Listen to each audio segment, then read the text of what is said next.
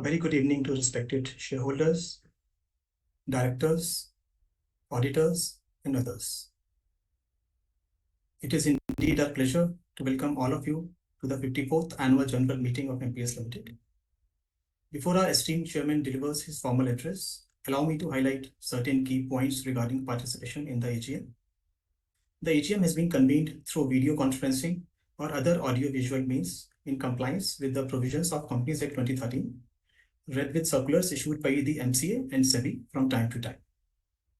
The participation in this AGM was opened 60 minutes prior to the scheduled time of commencement and will remain open for another 15 minutes after the conclusion of the AGM for casting votes. As stated in the notice, the company has engaged CTSL to provide BC facility, enabling the shareholders to attend the AGM with participation on a first-come, first-served basis for the first 1,000 shareholders. However, key speakers such as promoters, institutional investors, directors, KMP, and auditors will have unrestricted access to participate in the AGM. Since the AGM is being held through video conferencing, where physical attendance of members in any case has been dispensed with, a member entitled to attend and vote at the meeting will not be eligible to appoint proxies to attend the meeting. However, body corporates are entitled to appoint authorized representative to participate in the AGM and cast their vote through e-voting. The registered office of the company situated at Chennai shall be deemed to be the venue for this AGM, and the proceedings of the AGM shall also be deemed to be made thereat. Furthermore, to transact the businesses as mentioned in the notice, the shareholders are provided with an opportunity to inspect all documents referred to in the notice and explanatory statement until the date of AGM. In addition, we have received requests from 5 shareholders for enrollment as speaker shareholders in the meeting to express their views and ask questions. With this, I now request Chairman Sir to welcome and address shareholders. Thank you, and over to you, sir. Thank you, Raman. Ladies and gentlemen, distinguished shareholders, esteemed directors, auditors, and all present at the meeting, a warm welcome to each of you at our 54th AGM of your company. I'm informed that the requisite quorum for this annual general meeting is present. I now call the meeting to order. Before we start the main proceedings, I would like to introduce the directors, senior management officials, statutory auditors, and secretarial auditors present through video conferencing and visible on your screens.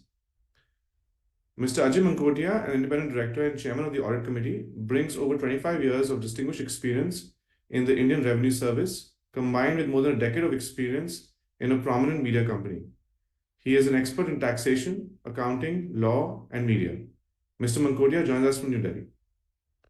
Ms. Achal Khanna, an independent director of the company, brings over 30 years of leadership experience across diverse industries.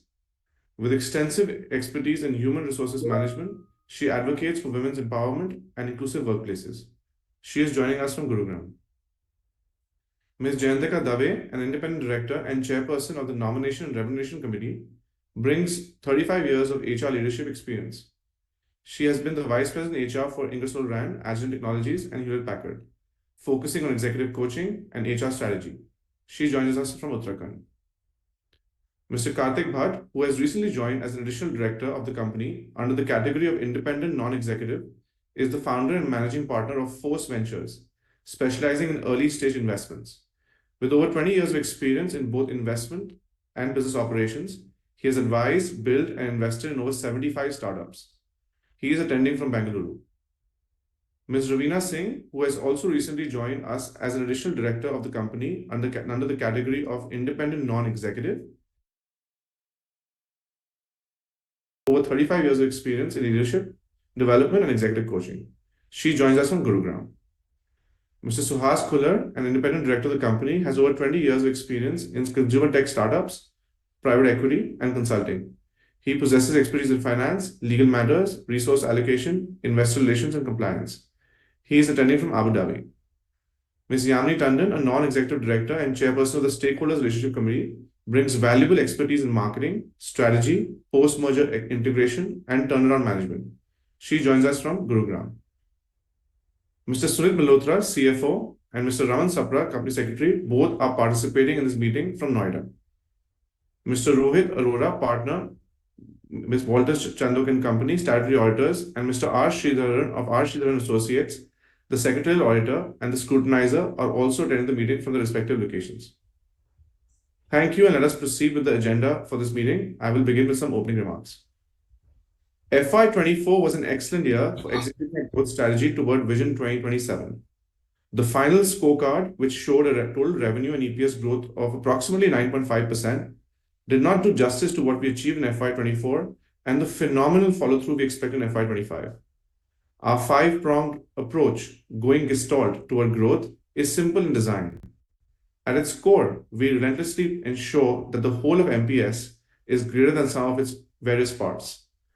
In FY24, our mission was to supercharge this proven strategy, and we did so with much success. We unlocked the market-based approach in the best way possible in the research business, where we place customer problems as a core focus and leverage our capabilities as a toolkit to address the challenges. As a result, we saw a lift in revenue and profitability. Our emphasis on star accounts continued in FY24. We saw several strategic benefits, including improvement in quality of revenue, expansion in volumes, and a steady increase in the lines of business with star accounts. With respect to investment and launch of new capabilities, in FY24, we officially launched Think 365, a concept for Digicore, and acquired the Curie platform from Springer Nature. Each of these initiatives piqued much interest from our customer base and the marketplace in general, and several explorations are already underway. Additionally, MPS Labs made significant progress in enabling AI in our workflows. We expect a healthy portion of our organic growth story toward Vision 2027 to be attached directly or indirectly to this work stream. Our tailored growth strategies for corporate, education, and research markets allowed us to cross 750 customers in FY24. A focus on corporates that spend heavily on learning and development, a step up in partnerships with industry associations, and geographic expansion led the growth agenda in the corporate marketplace. In education, we unlocked synergies to deliver higher-end digital learning experiences and stepped up our efforts to move forward in the B2B value chain to work with universities and learning companies and edtech companies. Our price warriorship and product bundling allowed us to secure new logos in the research marketplace. We completed 2 acquisitions in FY24, our first in 1 year, per our new playbook. We completed the acquisition of Liberate Learning back in August 2023, which shaped our entry into Australia. Liberate was our second acquisition of a growing business, and the experience has been a refreshing change in our modus operandi. Since the acquisition, we've learned much about what it takes to operate and drive a corporate learning business, and these learnings will result in massive gains for the overall business as we march towards Vision 2027. In February early this year, we completed the acquisition of AGE. We have much confidence that AGE will significantly contribute to our Vision 2027 as we unlock its strategic levers, including moving more upstream in the value chain, closer to the funders, and working directly with authors, entering new markets, including China, Brazil, and South Korea, and scaling up our partnership with Springer Nature, who are one of our more premier star accounts in terms of scale, but also in terms of potential. To wrap up FY24, all businesses and lines of business are developing a growth momentum.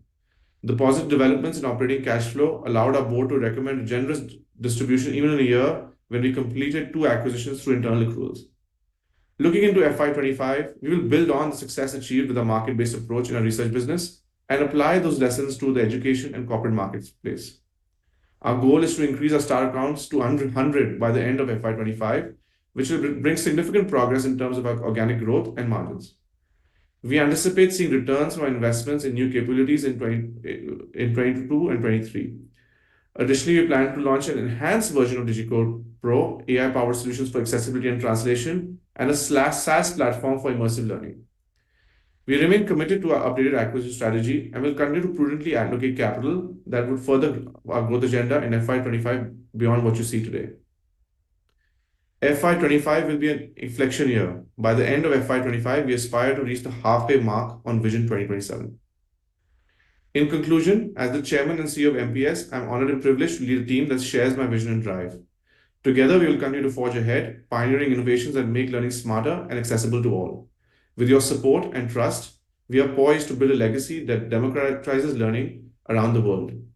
As we reflect on another year of substantial growth, I express my heartfelt gratitude to all our stakeholders for their continued support and respect. We look forward to your ongoing partnership, feedback, and collaboration. The notice convening this annual general meeting, along with a copy of the annual report for the financial year ended 31st March 2024, has already been circulated to the members of the company. Therefore, kindly take the same as read.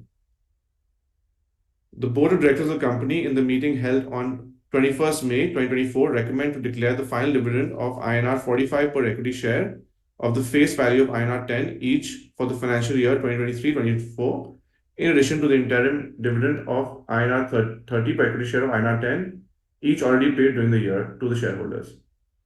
The Secretarial Auditor's Report and the Statutory Auditor's Report on the financial statements, standalone and consolidated, of the company for the financial year ended 31st March 2024 does not contain any qualifications, observations, or comments on financial transactions or matters that could adversely affect the functioning of the company.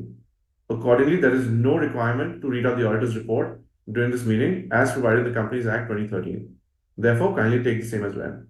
Thank you, and over to you, Raman. Thank you, Chairman, sir. We will now begin with the question and answer session with the shareholders who have registered with the company as a speaker shareholder.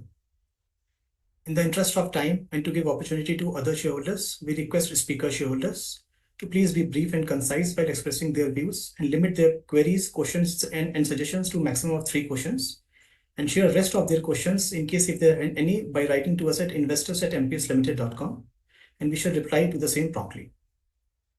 The speaker shareholder will be unmuted by the host. To start speaking, the shareholder is requested to click the video on the button enabled by the moderator for you. If a shareholder cannot join through video for any reason, the shareholder can join through audio mode. Once all speaker shareholders raise their queries and comments, I request Chairman sir to kindly answer or to direct the concern to answer the same. We take first question from Shri Ramesh S. Damaniji. Sir, kindly go ahead, please.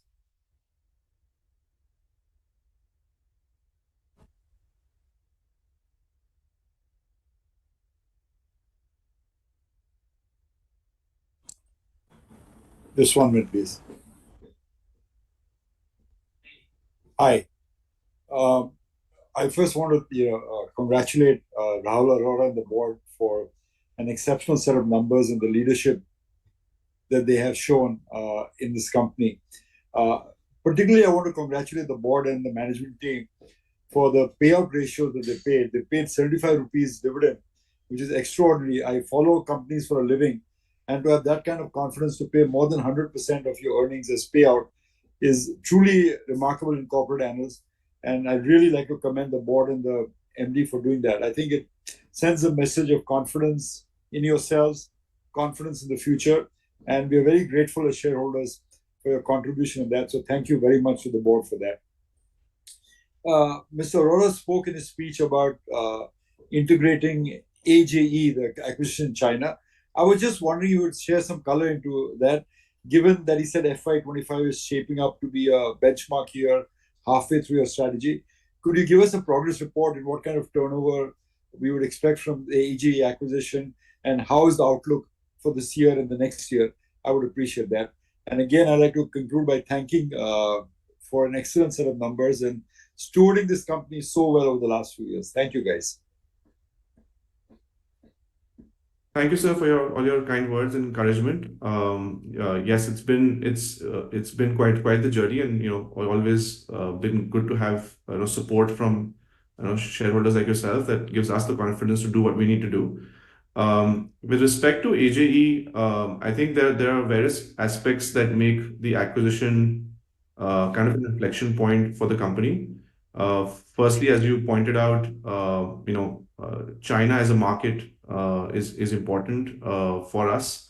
As we look to build global scale, it's increasingly becoming important for us to get into not just new geographies, but to also be able to support our customers in global agreements. It's not uncommon for customers to decide upon vendor partners that actually operate in multiple geographies and can support them in geographies such as China, where typically you would have to partner with someone that's not on your preferred vendor strategy because of the uniqueness of the market.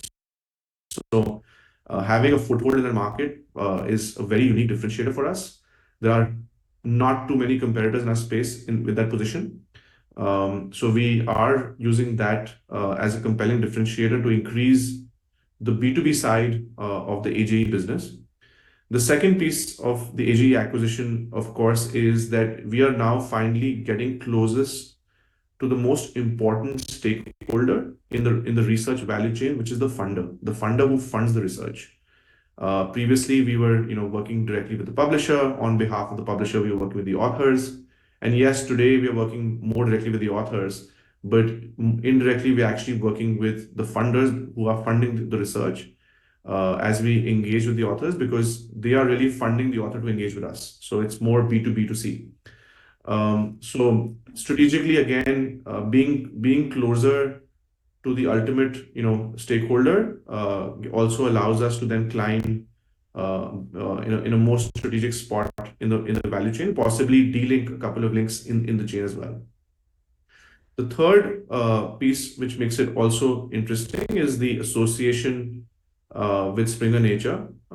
Springer Nature today has almost $100 million spent in the type of work that we do.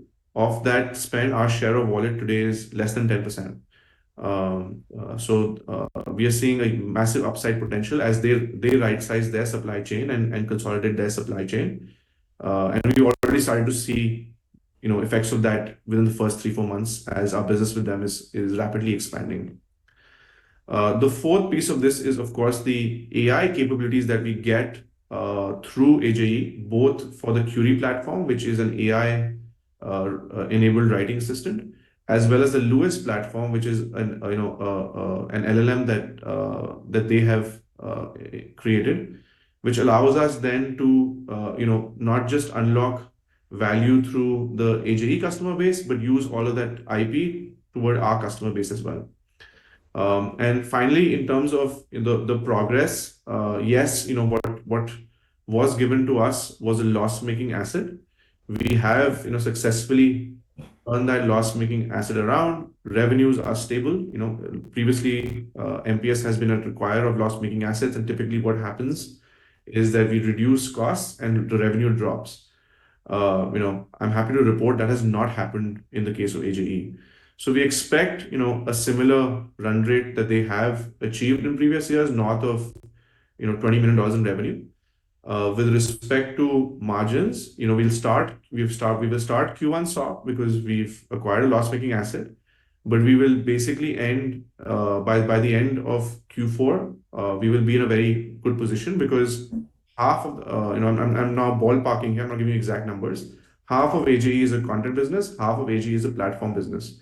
So we will look to bring the AGE margins similar to our content business and platform business. So overall, unlike some of the acquisitions that we've done on the corporate side, which have diluted our margins, AGE will actually be margin accretive and will help improve the margin. So the lot of strategic elements here. Financially, I think we've done well in terms of what we paid for this asset. We're expecting strong ROC numbers for the next 3 years, as well as to add to that strong organic growth as we unlock the B2B element. That's the piece where MPS adds value. AG historically has worked mostly with authors. They call it B2C, but actually it's B2B2C because the funders are paying for the service or the platform. And what we bring now is bringing a suite of customers on the B2B side that we are unlocking for AJE. And again, we're already starting to see, even in 3-4 months, we are seeing more revenue, more customers, and so on. That's excellent. Thank you so much, Rahul. You're doing a great job, and my congratulations to you. Thank you so much, sir. Thank you. Thank you, Damani sir. The next question is from Mr. Mukul Mahavir Agrawal sir. Sir, kindly go ahead, please.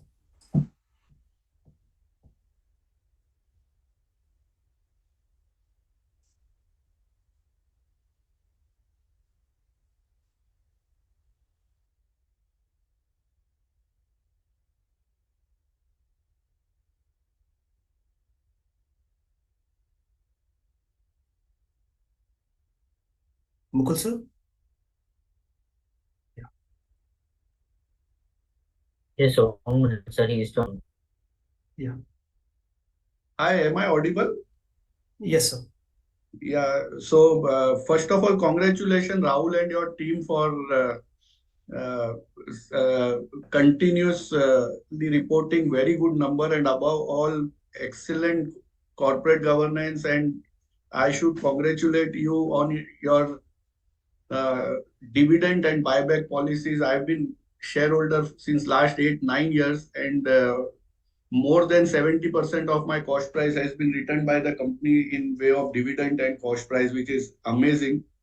And never seen such good payout by any company in India.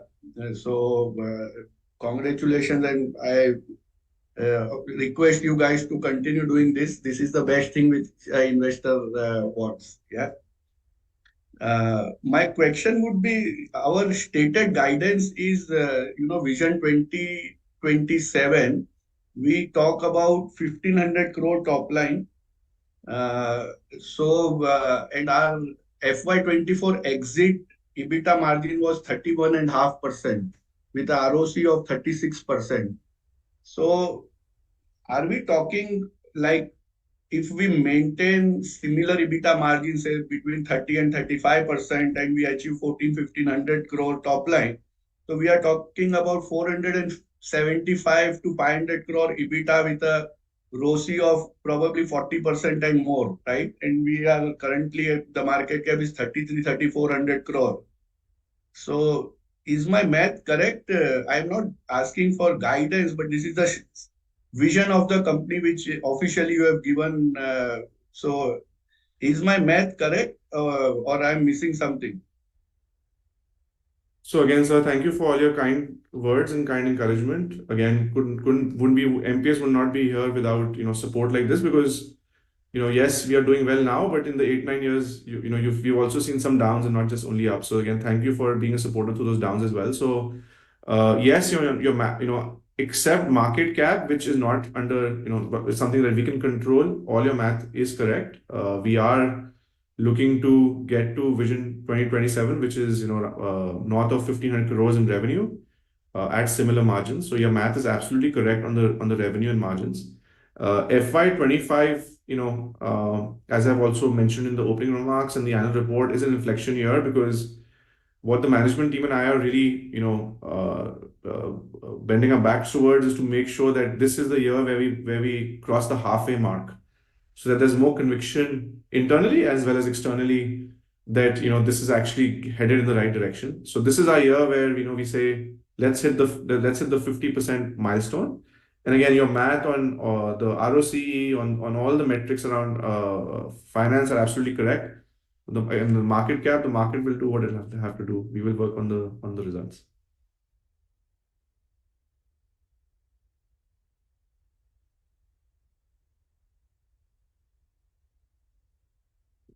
Thank you, sir. So the next question is from Mr. Naveen Bothra. Please go ahead.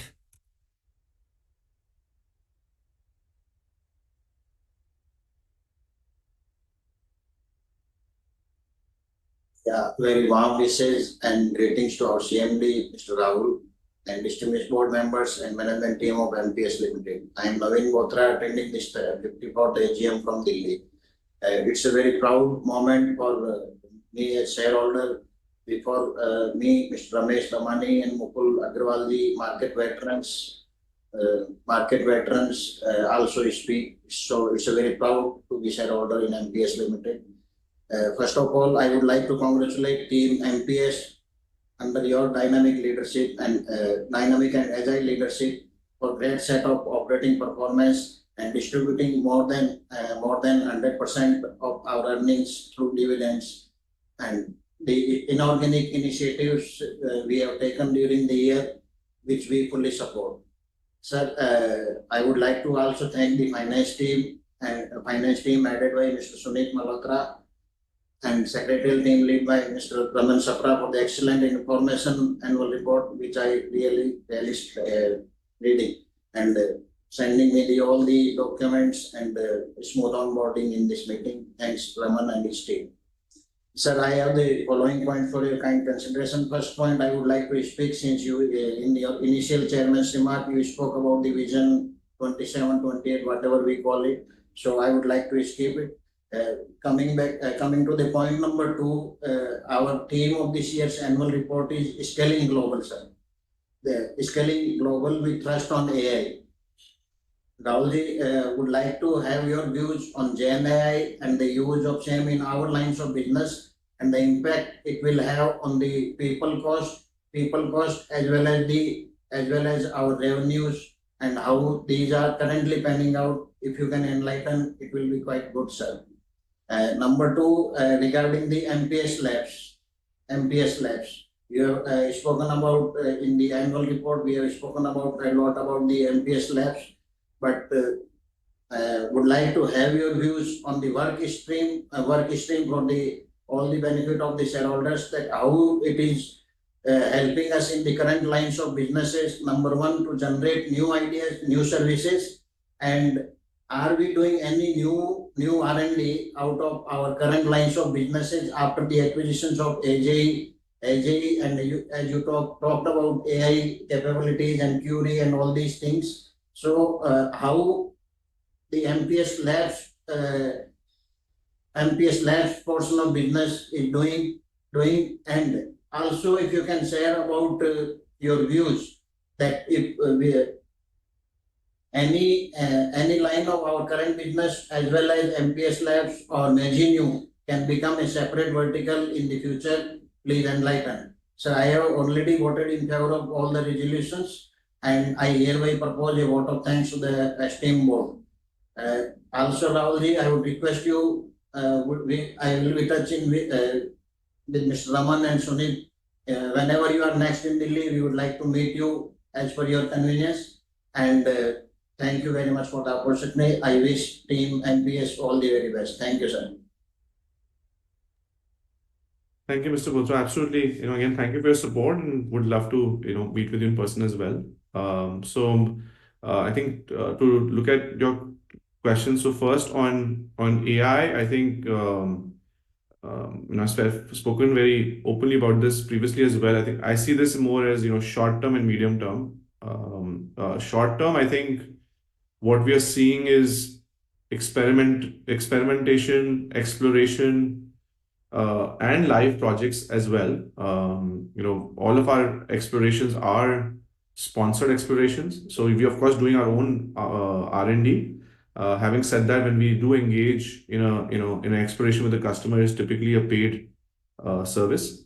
So more short term, tactically we are seeing an increase in service type of revenue, where we are basically trying to figure out how, in collaboration with the customer, how AI embedded in the workflow can fast track the cycle time, but also improve the customer experience, because most of our customers has slowly becoming themselves subscription businesses, and when they started the journey, their focus was more on cycle time, and now slowly as they're getting more mature in managing the businesses, it's more about customer experience. So yes, so short term we've seen a spurt of revenue in around translations, accessibility, using AI to produce content where subject matter experts are not available, and then we're using AI to actually mirror what a subject matter expert would produce. So lots of different use cases, and it's interesting project-based work that we are unlocking revenue and value from. The second piece which is more exciting, is as we are going down this path, we're realizing that it is not something that our customer can achieve without us, or something that we can achieve without our partnership with our customers. So it's in this whole world of an AI-enabled workflow, an AI-enabled collaboration, you need deep collaboration, because you're trying to basically build configured models. You're trying to do a lot of things that to protect IP and to protect content. You're making sure that you're creating closed libraries. So there's a lot of back and forth and iteration and close collaboration. As a result, what we expect as a final kind of move here on the other side of this is supply chain consolidation, where customers will basically pick one, at the most two suppliers that they will engage with to build out a new world of AI enabled solutions work, AI enabled learning work, as well as platforms that allow them to do it themselves as an offering. And that's the piece where we see our star account strategy helping. As we start to build strategic partnerships with over 100 customers by the end of this year, where through that emphasis we end up building some very deep collaborations and start to really accelerate growth with those customers. The flip side, of course, of that is there will be customers where we are very transactional, very tactical. We don't have those deep relationships, and they then in turn will choose to possibly work with other partners who they are more strategic with. Having said that, feeling very confident based on what we are seeing and hearing in the marketplace in terms of the MPS capabilities. Very recently, with a government agency, a state government agency in the US, we have been evaluated for our AI capabilities as part of an open tender. All providers were given a ranking on a scale of 1 to 100. I'm pleased to report that out of the 15 companies that were invited to this tender, MPS is one of the 5 companies that have gone to the next round, including and the companies that have been excluded. Many of them are known, and of course, we don't want to name them, but many of them are known names compared to ours that are much bigger than us in size. So the first, that's a good first check we've got. In terms of MPS Labs is a combination of 3 things for us. It's an incubator of new products where we basically launched 3 new capabilities every year. So that's the R&D wing where our new products are conceived. Second, it is a reviver of old products. As an acquirer of many assets, we also acquired technical debt. So you basically would have technology that would go in there and would be revived with a modern tech stack, totally looking at a different viewpoint. So if something is built with monolithic architecture, how do we replace it with microservices and a modular architecture? And then finally, investing in making sure that the work that we are doing is being done efficiently. So it's more of a cost center rather than a profit center, but we are seeing significant gains from having this setup. We are we're one of the handful of companies that have invested in this unique way. I think that's one thing that is different about us than some of our competition, that we don't have a very large sales and marketing team. Our organic investments tend to go more into things like MPS Labs, and then through the inorganic route we acquire new logos, and initiatives like MPS Labs allow us to build things out with our captive customer base. So in terms of what is MPS Labs up to, like I shared, Digico Pro is a product that has been launched by MPS Labs. Think 365 is an old product that got revived under MPS Labs, and now the Curie platform, which is an AI-enabled writing assistant, has also been brought into the fold of MPS Labs because we feel we can do more with Curie than simply writing. Because the problem of a researcher is less about writing, and more about getting published, and that's the problem that we're trying to solve now with Curie. So I hope that answers your question. Thank you, sir. The next question is from Mr. Keshav Garg. Please go ahead.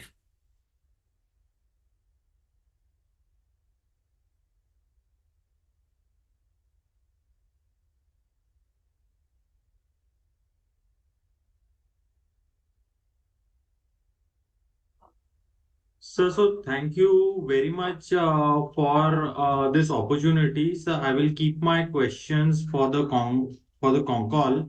So right now, since the board members are here, I have a very small suggestion that after the recent budget, after 1st of October, share buybacks is practically have been made impossible to do.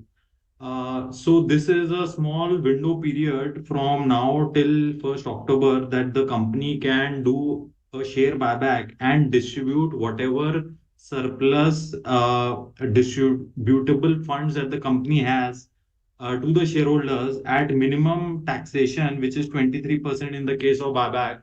Because post October, the maximum marginal rate of 39% will apply. So this is a small suggestion for the consideration of the board because this company has really uh, has a great track record for creating shareholder wealth. So if the board can capitalize on this opportunity short window period, then the shareholders can really benefit. So thank you very much and best of luck to you and your team. Thank you very much. Thank you, Mr. Garg. Thank you for your question as well. Yeah, we'll absolutely discuss your input at the board. As you'll note that we just distributed a fairly large corpus of distribution recently, so we will have to evaluate what surplus is available. So we'll absolutely discuss that and appreciate your feedback. Thank you so much. Thank you, sir.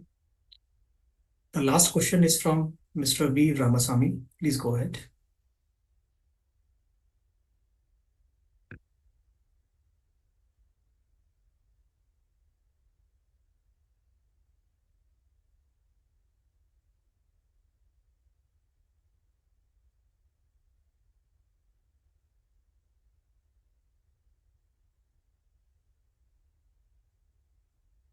Good evening to all. I am Vasudeva Ramasamy speaking from Delhi, sir. First of all, congratulations to the team on the good set of numbers and the payouts from time to time. I have got a few points for your consideration, Mr. Chairman. Firstly, de-risking. Our efforts to de-risk the business by increasing our footprint in Europe and rest of the world and offering more products are highly appreciated.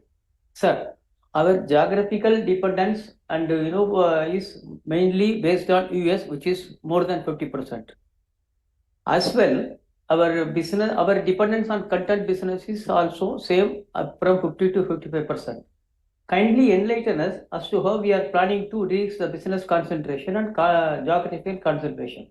Your considered views will be highly appreciated, sir, which will benefit all the long-term shareholders who include veterans of the market. Point number 2, sir, Majinu the Design Studio. We have this Majinu division under our learning vertical. I have two questions. If you can throw some light on current revenue from this Majinu will be of help. Further, what is our organic investment for this vertical to scale up further? Where do we see this vertical in the coming 3 years' time? Kindly enlighten. Restructuring, reorganization. Mr. Rahul, we have been talking about becoming 1,500 crores top line company by 2027-28. See, do we have any thoughts of restructuring, reorganization like demerger of some vertical for further value unlocking? Please help us understand. Thanks for the opportunity. All the best to the team. Again, I wish the team MPS great success in the years to come. A long way to go, and we have got a marathon to run. Thank you, Mr. Ramasamy, for all your kind words and also support and encouragement. Yes, I think I might answer your question in the reverse order. Our business, the way we look at it today is, yes, we look at our business from a capability standpoint, so content, e-learning and platforms. But if you look at it from a market standpoint, we serve three primary markets: research, education, and corporate learning. And essentially, when you look at these three markets, while there is some overlap, it's minimum. So in some ways, we are a combination of three different companies. Having said that, we are not at a scale to consider something in terms of restructuring, demerging, and those kind of things as of today. Today, 60% of our business comes from research. About 10% comes from corporates and the balance from education. I think for us to look at something like this, this will be something that we'll look at possibly in 2028, once the business has built scale and each of these subcomponents then are seriously big enough to actually have a future independently. And of course, that will also be subject to what the markets, how the markets are behaving as a whole. Do we end up unlocking some synergies across these three markets that we're not imagining today? And finally, in terms of growth in each of these three markets, are the growth, both the growth potential and our growth track record similar or dissimilar? Because of course, if it's dissimilar, then there's a very strong case to do what you're recommending. But I think that will be a discussion possibly a few years from now. And once we build scales and each of these subcomponents are of a certain stature. With respect to the Magenu business, I think of it as a very attractive business to differentiate ourselves from our competition. We tend to do 1 to 3 projects per year. We could have one, we could have two, we could have three, and every year is different. I don't see this as a business that is directly scalable. But I do see it as a business that indirectly helps build scale in the learning business. So what are we doing in the Magenu space? We're essentially building, corporate museums, brand experiences, marketing stories for large corporates. These tend to be opportunistic. A large PSU in search of a new image because there's a divestment coming up. Someone trying to celebrate a 50th year or a 100th year. Those type of things on the corporate side. So really, we think of this less about scale and more about playing around and experimenting with new technologies, with new ways of helping engage with the end learner, and using all the experiences and takeaways and bringing them into the core of our business, as well as differentiating ourselves from the highly competitive e-learning market. So I don't think of Magenu as a scalable business. I think of it more as a tool, as a marketing tool to differentiate ourselves from the competition. In terms of how do we to look at ourselves, going back to your question around reorganization, I know your question was more around the corporates structure side, but also in terms of organization structure, which is more relevant for us today. We've been actively investing in the three levels of management, the top 3 levels of management that we call the executive leadership team, the senior management team, and the general management team.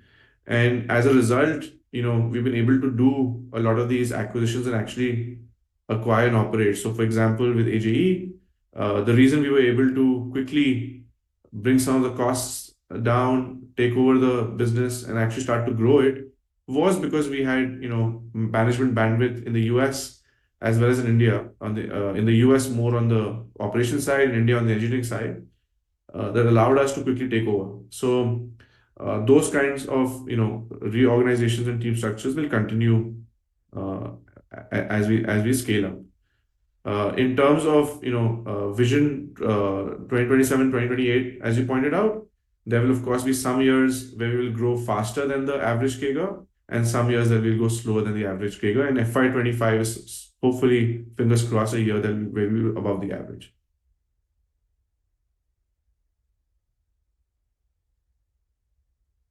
Thank you very much. I now request Chairman Sir to kindly give closing comments. Thank you, Raman.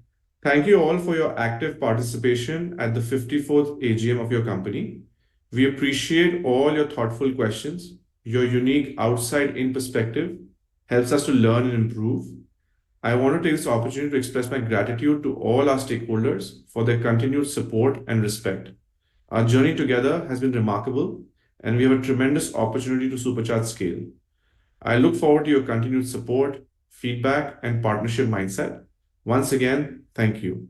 Over to you, Raman. Thank you, sir.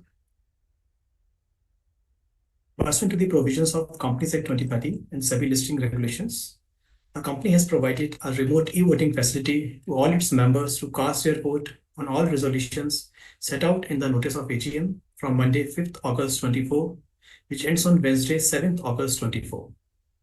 The company has provided the remote e-voting facility to those who were members on Thursday 1st August 24, being the cutoff date to vote on all 3 resolutions set out in notice of AGM.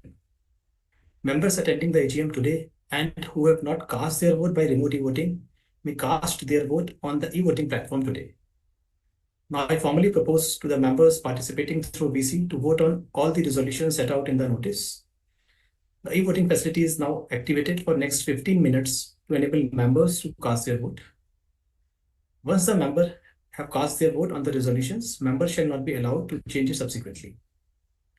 Mr. R. Sridharan of Messrs. R. Sridharan Associates Company Secretaries were appointed as a scrutinizer to scrutinize both the remote e-voting and the e-voting at this AGM in a fair and transparent manner. The result will be declared within 2 working days from the conclusion of this AGM. The result along with the scrutinizer report shall also be submitted to the stock exchanges and simultaneously be also placed on the website of the company as well as CDSL. Thank you once again to all of you for joining the meeting. I now propose a formal vote of thanks to the chairman and all other panelists, and I hereby declare the proceedings as closed. Thank you, everyone. Thank you.